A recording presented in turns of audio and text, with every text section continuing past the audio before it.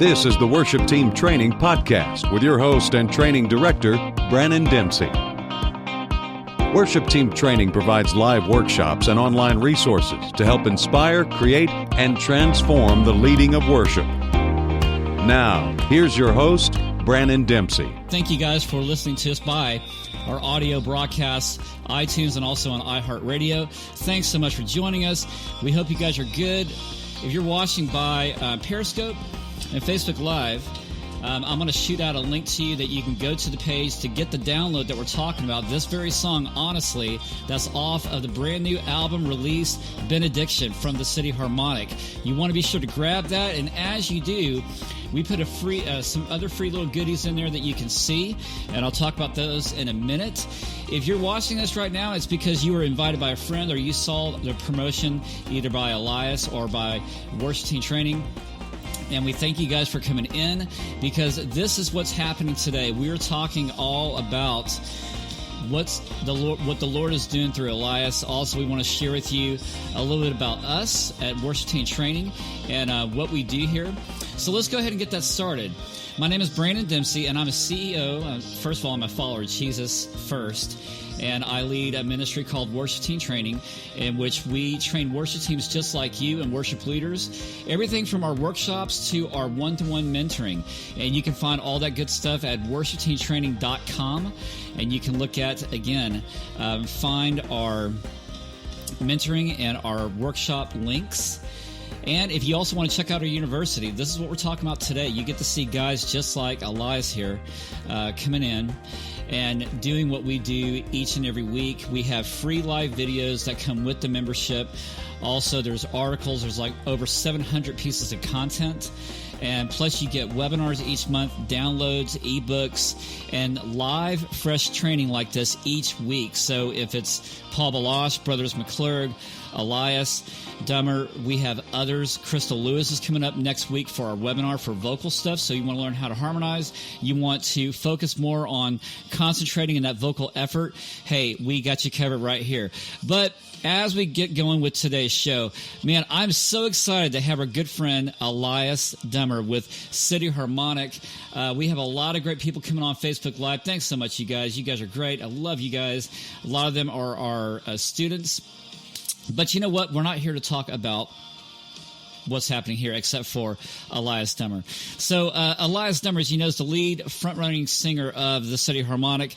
They ended their album, they ended their tour, actually, and started the album release right here, Benediction. He's here to talk about it, so everybody please welcome Elias Dummer. How are you, Elias? Hey, good, man. Thanks for having me. Glad to be here.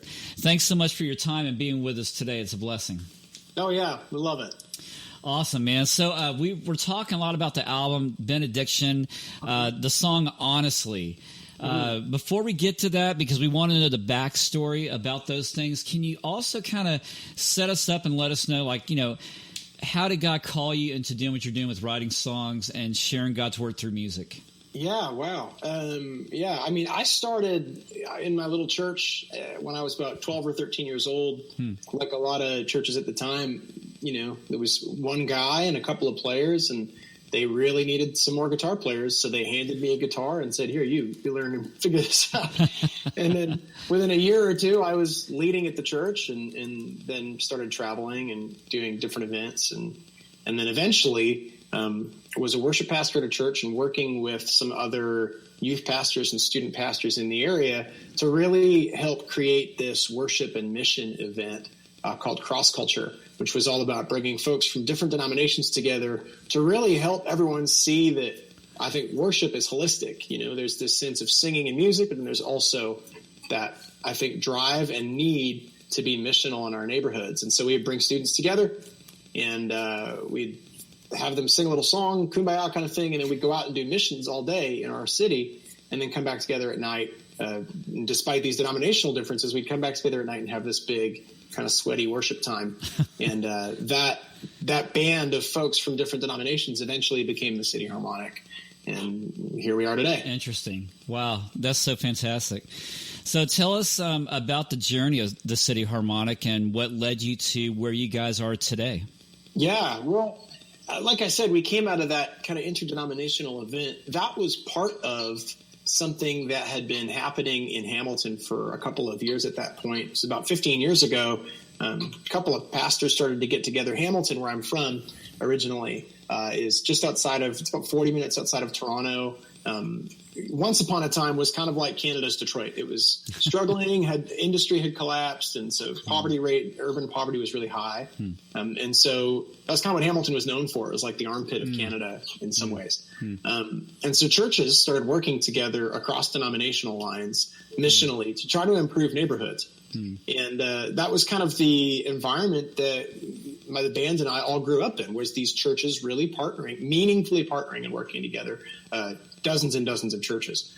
So that's in the 15 years since, Hamilton has gone from being Canada's Detroit to sort of being like Canada's Brooklyn in a way, where there's a lot of creative impetus and just a real kind of sense of like urban renewal. And at the heart of that has been churches investing in neighborhoods. So that partnership of churches actually commissioned the City Harmonic. So we were sent out in early 2011, having just signed a record contract and written songs and all this stuff, to go and travel, leading worship, bringing people together, bringing the church together as best we could, both in worship and then also in mission. And so at different times in our career, if you will, we've focused on different elements of that. But that's really been what we've been called to do, and thankfully what we were able to do the entire time we were together as a band. I love it. Well, your transparency shows through. I've watched the live album on video, and that was the main thing that really just impressed my heart, was just bringing it real, making it clear, and the gospel is present, and that's really what our role is. Let me just ask you this, if we can just kind of go through some questions. And Sure, yeah, great. You know, as a band, you being a worship leader within your church, what do you feel is your most important role? Oh, man. You know, this is going to sound interesting, because I know sometimes with leading worship, we'll talk about performance versus worship and stuff like that. And to be perfectly honest, I have some frustrations with the way that those things get couched. Let's talk about it. Yeah. Yeah. So I think in reality, the role of the worship leader is to bring people together and break the fifth wall. Because we have to be essentially in the sweaty masses in reality. And the more aloof we are, the more supposedly spiritual we are. And by that, I don't mean spiritual. I mean like the more intentionally disconnected from the group that we position ourselves, I think the less effective we're going to be at taking the guy who really needs us. And the guy at the back of the room with his arms crossed, or the mom who fought with her kids to get them out the door to church on time, they actually need us to perform effectively. And by that, I don't mean be fake. I mean actually embody the song we're trying to sing and bear in mind the reality of the audience that we're facing, whether that's a church or a concert. And those contexts are really different. And people's expectations are really different. I mean, I lead very often on the Sundays at our church, and I'm training worship leaders there, and that's totally different from a City Harmonic event. So, but nevertheless, that bridge building is the same value. And it's just context dependent. What are they coming? What are they wanting? What are they hoping to see? What were they just doing? What happened in the lobby? Like, these are very real things I think worship leaders need to think more about. And the irony is, I think, excelling at that actually kind of means performing more. It just means performing well and authentically, not less. Yeah, I love that, performing well. I think that's something that a lot of worship leaders and teams try to do. But do you think maybe that some try a little too hard? Well, I think it depends on what you're trying to do. If the goal, like, you know, you talk about Aretha Franklin singing a song, right? If she's singing a tragic song, there's a little bit of acting involved, like method acting, that says, what does it look like? When was I in this place? If we're singing, because there's nothing more selfish than like raw authenticity that doesn't take into consideration the people around you. That's not authentic. That's just being a jerk. True. Wow. Right? And so I think there's really something to like loving the people in front of you, loving your neighbor, and that in and of itself is worshipful. I think that's what we see in Matthew 23, right? We see love the Lord your God with your heart, soul, mind, and strength. And the second is like it, and that phrase is key, I think, love your neighbor as yourself. So God very often looks on our worship and filters it and weighs it by our ability to love the people around us. So that very clear. It's most important to you to embody the song, and I love how you put that. Starting out, when we were talking about the different people in your worship in your church, you mentioned the fifth wall. Can you tell us a little bit more about what that is to you? Yeah, I mean, in theater, right, there's the stage, and then every room has four walls, and there's, in theory, a fifth one between the stage and the audience. And in filmmaking, they say never to break the fifth wall. They say don't look at the camera, for example, right? Because breaking that fifth wall gets rid of the fantasy, right? I think the worship leader's job, and ironically, the best rock stars in the world do this well too, people like Bono. Our job in live anything, but especially in worship, is to break the fifth wall intentionally. To say there is no mystique here. There's no dividing line between stage. I think the platform is practical. I think there's a lot of attempts sometimes for worship leaders, and I think with the best of intentions, to say, we're going to sing behind you, we're going to sing over here, we're going to make a circle. But it makes it hard for people who aren't musical to understand what's happening and really feel a part of it, right? So they want to feel connected, and it can work, but consistently it can also lead to people feeling more disconnected and feeling like they don't understand what's happening. So I think the responsibility is on the people on the platform to break that fifth wall, because it is sort of a necessary evil. And to say, hey, I'm here with you, both emotionally, I'm coming from where you're coming from, and we're going to go here together. And maybe it's a bit of a pastoral thing, but that sense of breaking that and being connected to the room. No, I love that. I think that's right on the money, and that's where a lot of worship leaders and pastors need to be, hands down. So I want to come back to some of this stuff because this is really good. Let's go on and talk also about the album, Benediction Live. Sure. Why is Benediction Live going to be your final album? Well, we've been playing together for years, and we love what we do and are really good friends. And that's, I think for us, Eric, our bass player, had cancer a bunch of years ago, back in 2012. And about a year and a half ago, decided he was going to step away to focus on planting a church in Hamilton, which is amazing. That's what he had been working towards before the band took off. And the rest of us continued, and we were having a great time. But there was sort of this sense of like, what are we going to say next together? You know, we were called to a specific thing, and we did that. We made a movie about it. We told pastors about it. We spent all of late 2015 literally sitting at round tables with pastors all across the country, just trying to get them to work together based on what that kind of white elephant in the room was in their community, you know, just like we saw in Hamilton. Poverty was the thing. Everybody, if the church works on poverty, then the community is going to see that the church is for us, not against us. Right. And so I think in a post-Christian culture, unity is essential, or the church will lose its witness. And so otherwise we just look like a scramble, you know, scrambled eggs with no flavor. And so for me, like with the City Harmonic, we really were intentional. Every record we made was intentional. We kind of set out to do specific things. And we asked ourselves, what haven't we done and what have we left to do? And for us, the big thing was we never made a live worship record, and we should have on day one. This has always been our DNA, and it's been the heart of the songs. I mean, not every song we ever recorded is intended to be congregational. Lots of them are kind of not entertainment per se, although I hope they are, but they're meaningful to listen to and more of a discipleship thing. Right. And so we really thought it'd be great to collect the songs that we know we've sung at our churches and that we love to sing with people, and maybe a new song in there as well, and put that together as a final last hurrah. And so we recorded our last tour in Canada, the entire tour, but in the end, it was our final show in our hometown. Just had so much magic to it that we decided to release the entire show. Man, that's so nice. Speaking of, you guys out there watching right now, if you're going to the site, go to wttu.co/city, and that link is up. If you go to wttu.co/city, you can find the downloaded, get the downloaded song, Honestly. And also there's a way that you can get the album that I'll talk about in a second. Can you tell us the backstory of the song Honestly?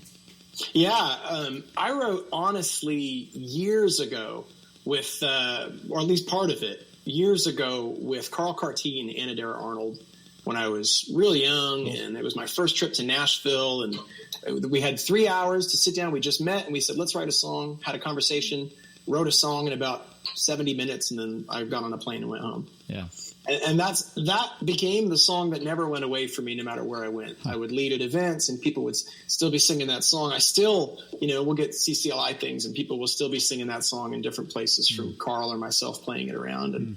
And so with City Harmonic, as we were wrapping up for this record and talking about it, we were like, it'd be great to really try to do something with Honestly. So I got together with Carl and Anadera again in 2016, and we wrote the bridge and added that to it, and then just really went for it in here. And we started playing it again with City Harmonic in January of this year. And everywhere we went, people were coming up and talking about it. So it just became this incredible moment for us of like, this song really means something. And it's from Psalm 51. So everyone knows the kind of create in me a clean heart thing. Well, you keep going, which is sometimes often necessary. And David says, a broken and contrite and broken heart, you, O God, do not despise. That's right. There's this sense of calling us to brokenness, which I think is kind of countercultural to what we talk about it very often, is we have this sense that like, oh, no, you're okay. Things are fine. You're going to be all right. And I think Christ calls us to call him Lord. Christ calls us to find ourselves in him, in the body of Christ, the church, but also in the living Christ and the Spirit. And we have this sense that like we participate in that body. And that requires us dying in a sense and seeing our own brokenness and calling it what it is in order that we can live life more fully, I think. And so this song is that dangerous prayer. It's praying that we could be broken before Christ in order that we might recognize that of all the things that we have in this world, all that we really need is Jesus. Wow.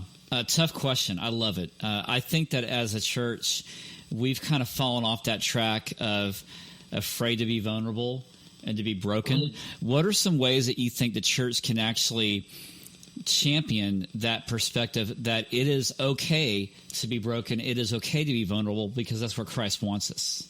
Yeah. Oh, man. I think culture is a big part of that. I mean, I live in the South now. I live in Nashville, and church culture is just totally different here than it was back home.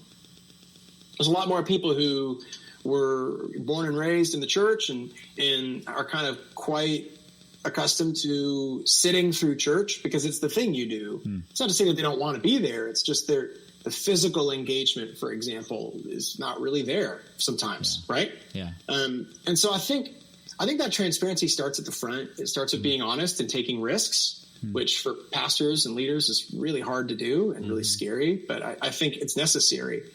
One thing for me has been just making sure that I'm able to make better choices by not being afraid. So for me, it's looked like having being multiple vocations. So like I own a marketing agency and I'm part-time at my church, which was inconvenient. We had to hire other people for that to be the case. But I wanted to focus on leading and training worship leaders and bringing kind of cultural leadership to that.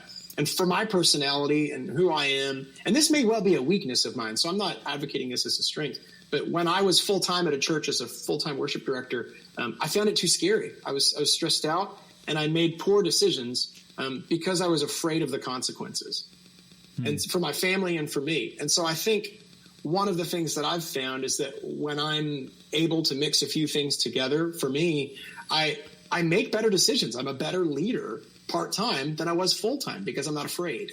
Yeah.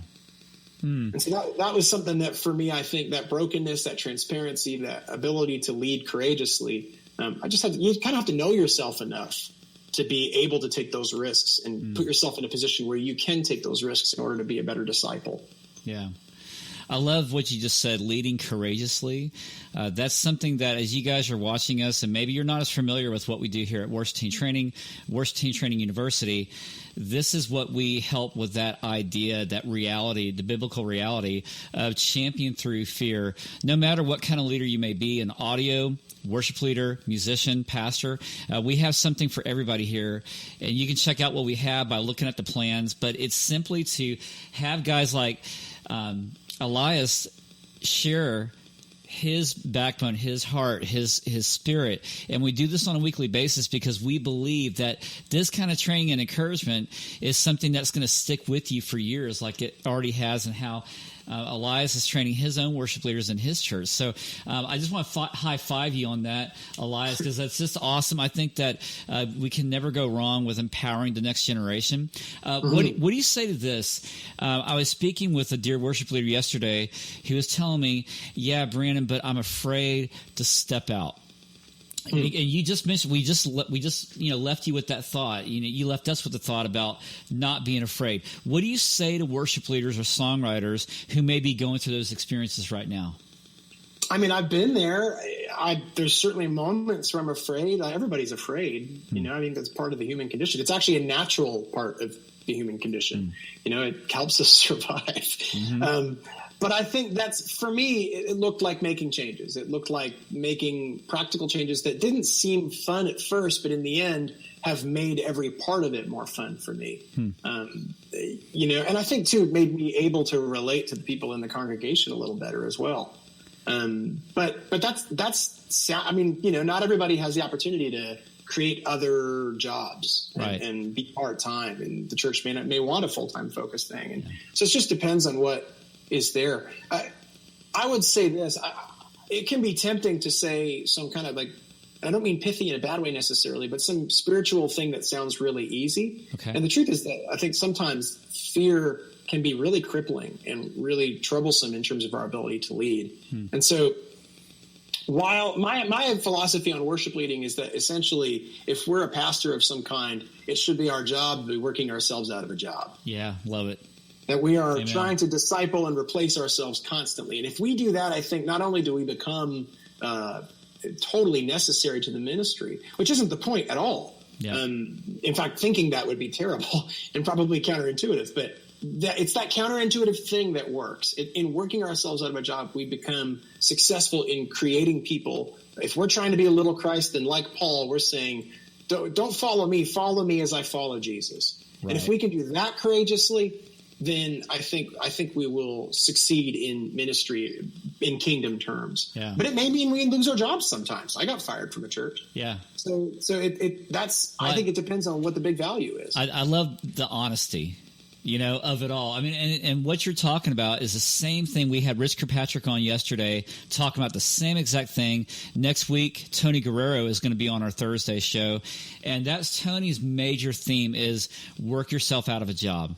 And if you're not better than where you were a year ago, you haven't done your job. I just love that. I love the way that God has wielded that truth within your heart. Thank you. Can you talk a little bit now about the band members as far as, this is your final album, like you say. And by the way, guys, if you want to catch the album, go to wttu.co/city.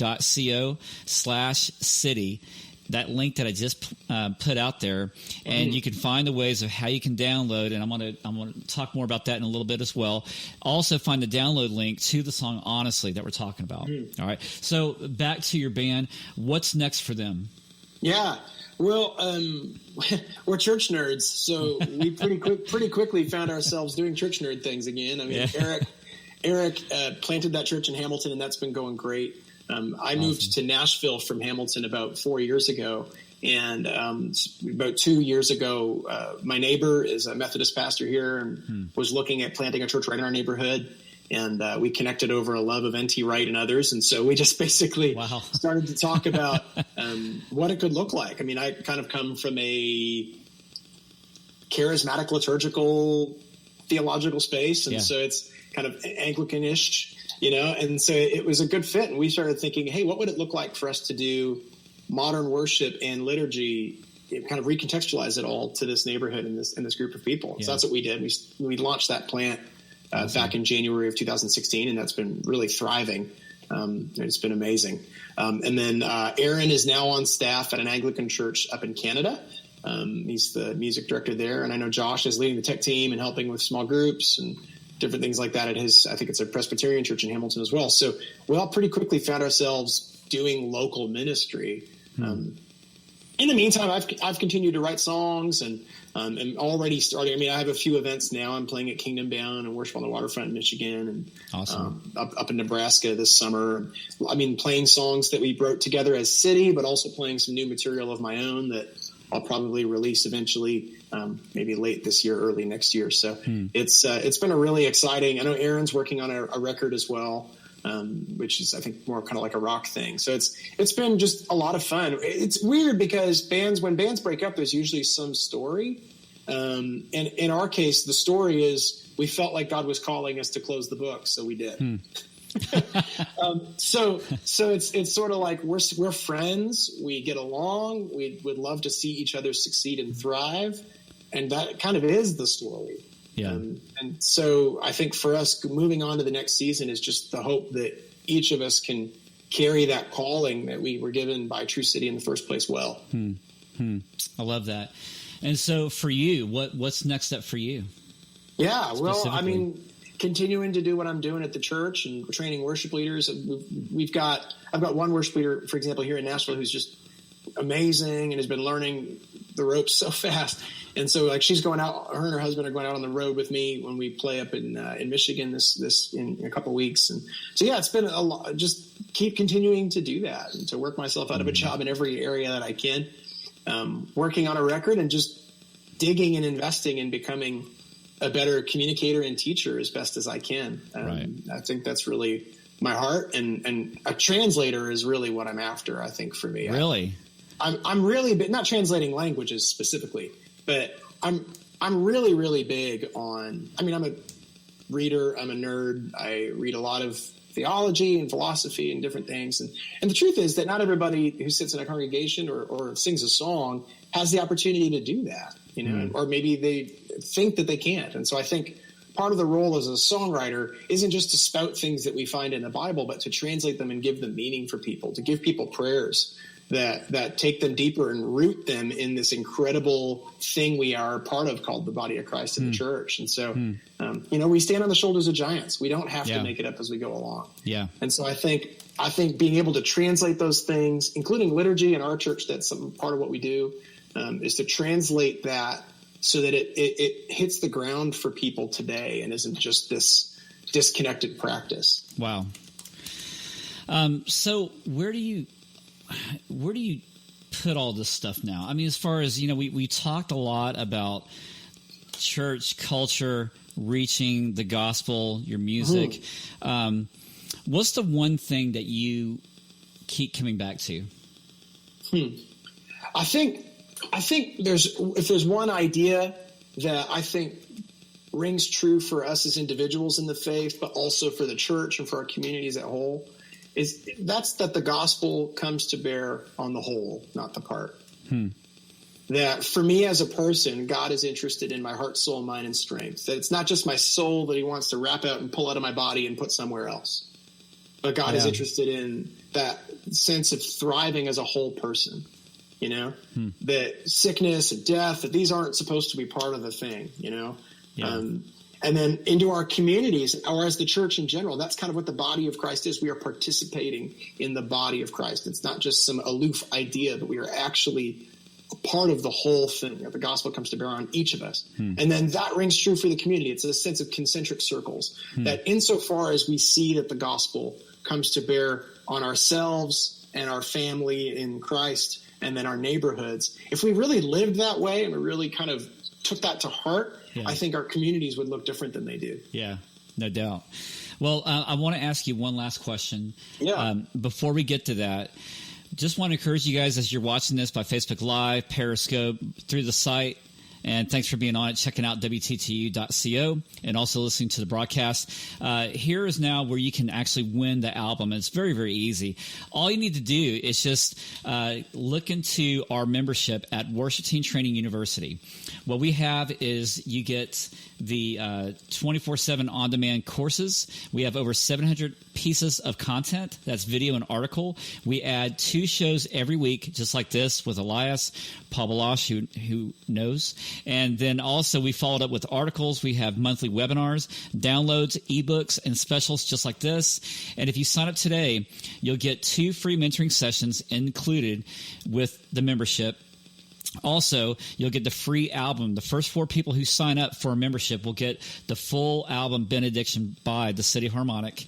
Plus, there's other goodies that we put in there as well. All you need to do is just sign up for either a monthly membership or a yearly membership. And if you go to wttu.co/city,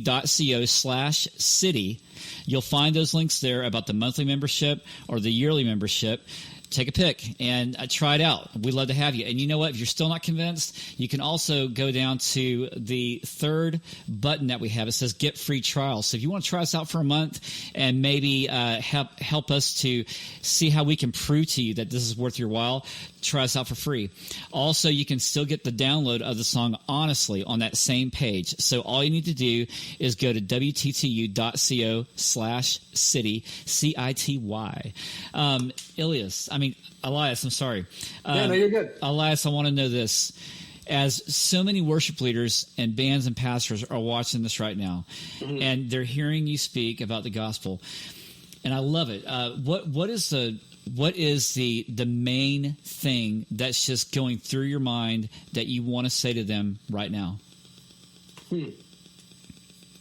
I think to kind of jump off of what I said a minute ago in terms of it being about the whole self, I think that we have to really pursue Jesus. Yeah. I mean, to define success and what it means to have a thriving life and in the terms of the kingdom, it can be really tempting to kind of swallow the medicine of our culture. And I think it's really mixed up in the church very often. And that includes music, I think part of why we're wrapping up as a band is trying to think that through. Do we just hustle because we can? Do we make more records because we can, or do we say, no, we've done what we needed to do and God's calling us into new things, and we're going to do that, even if it might hurt us commercially. I mean, that's what we did with that We Are event, where we were all over the States with pastors.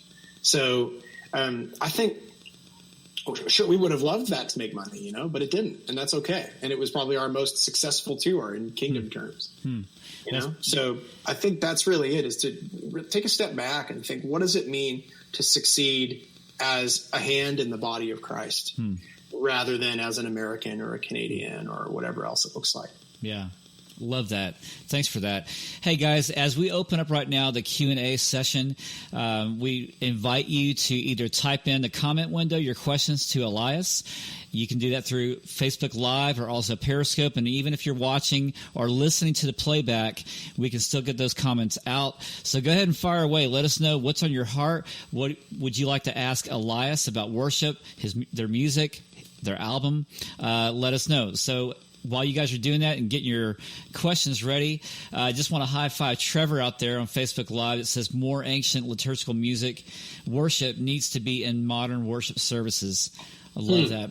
Love that. Can we get a shout-out to Shelly Kahn's on there, some good friends. So hit us up. Let us know what your comments are. I serve in a liturgical church, and I find it just so enriching to reach back into the ancient faith and bring it forward, because there's just a lot of incredible riches and truths regarding worship. Can you give us your perspective on that? Yeah, so I think it depends partly on neighborhood and the community that you're a part of. But in our neighborhood, we have a lot of 30-something, 40-something kind of young families with kids. And they're not necessarily folks who grew up in liturgical churches. We also, being a Methodist church, have all kinds of folks from the Methodist church who are comfortable with that. So I think there's two things at play. One, that without the same education that existed, say, 150 years ago, I think we're often guilty of what I call liturgical ADD, that we're too concerned with what a thing is called rather than how a person experiences it.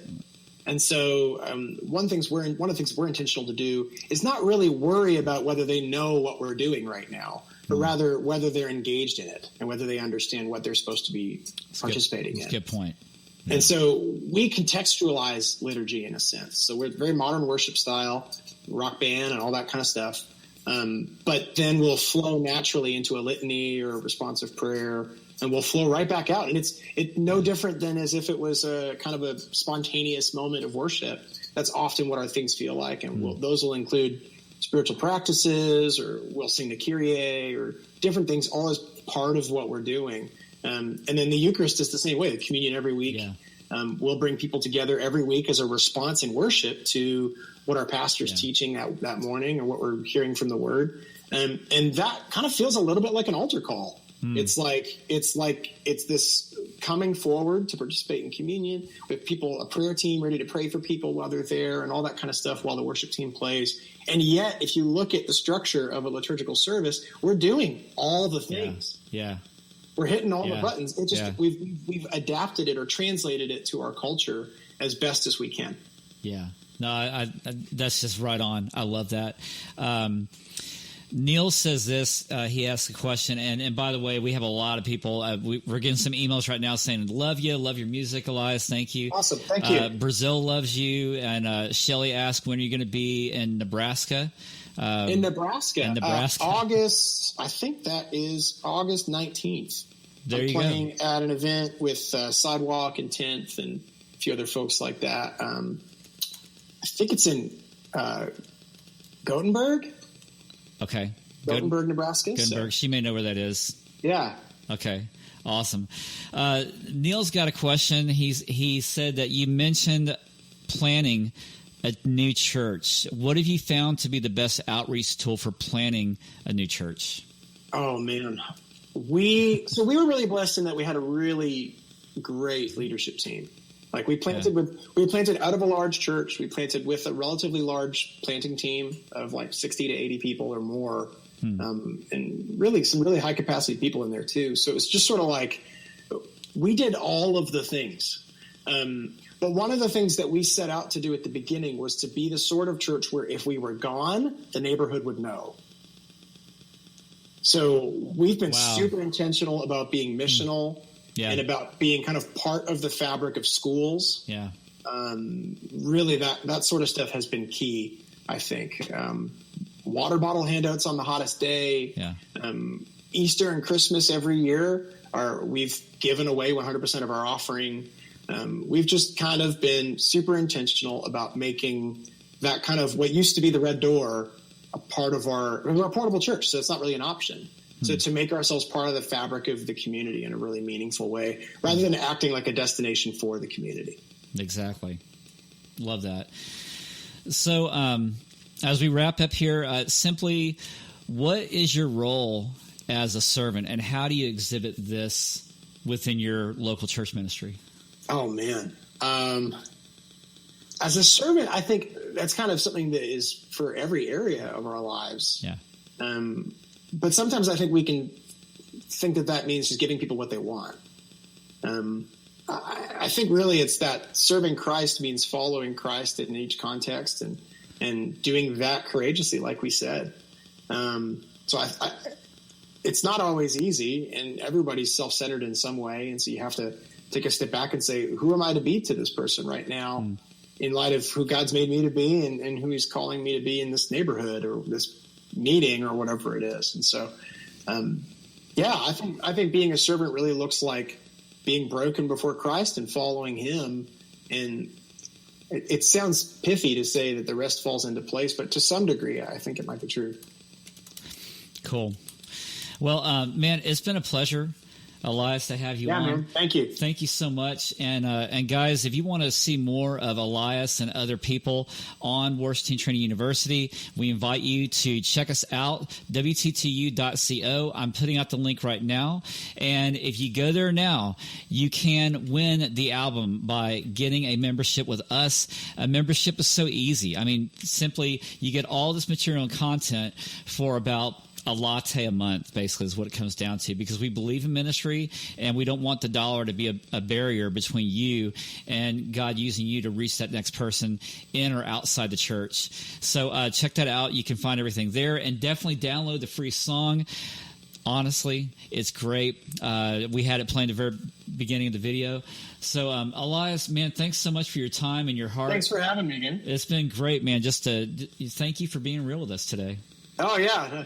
Couldn't be any other way. Yeah, I know. Well, you just say that because it's always when you sit down with someone and just talk, I mean, that's really what it's the relational, aspect of it all that makes it work. So, absolutely. So thank you again for coming on. Thanks, man. Thanks for having me. Awesome. And guys, thank you for joining us today. And be sure to check out this coming Tuesday with our next local worship leader that we'll have in this seat right here on Tuesday. And then next Thursday, we have a special guest for you, and I can't wait. Tony Guerrero is going to knock it out of the park.